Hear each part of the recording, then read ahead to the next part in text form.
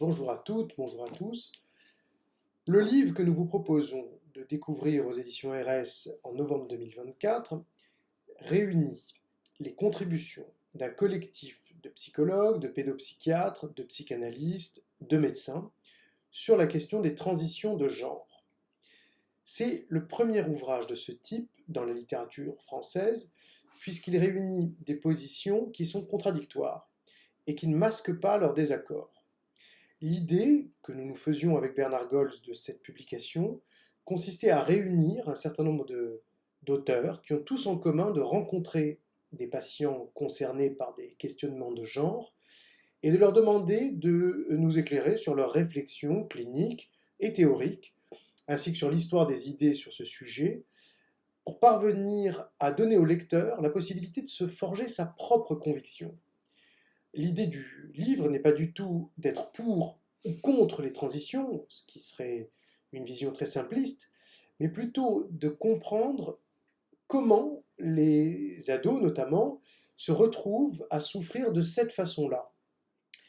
Que dit cette souffrance de l'évolution de notre société et de ses normes? Comment les accompagner? Que peut la psychiatrie? Et plus généralement, que peut la relation thérapeutique avec une autre écoute? Et peut-être de façon plus spécifique, le point commun qui réunira tous les contributeurs, c'est d'essayer de comprendre ce qui se passe à ce moment-là de la vie, entre la puberté, disons, et la fin de l'adolescence. Alors, le livre est composé de plusieurs parties. Il commence d'abord avec un repérage théorique et historique sur le genre, puis des constructions psychopathologiques et sociales aussi se mêlent pour essayer de clarifier, au fond, les issues qui sont possibles dans le cadre de la clinique. C'est-à-dire que peuvent les cliniciens avec ces patients-là, comment s'y prendre, euh, comment les écouter, comment entendre leur histoire et ne pas fermer immédiatement la possibilité d'être entendu sur un autre plan que celui du symptôme et en même temps d'être entendu aussi à partir de son symptôme.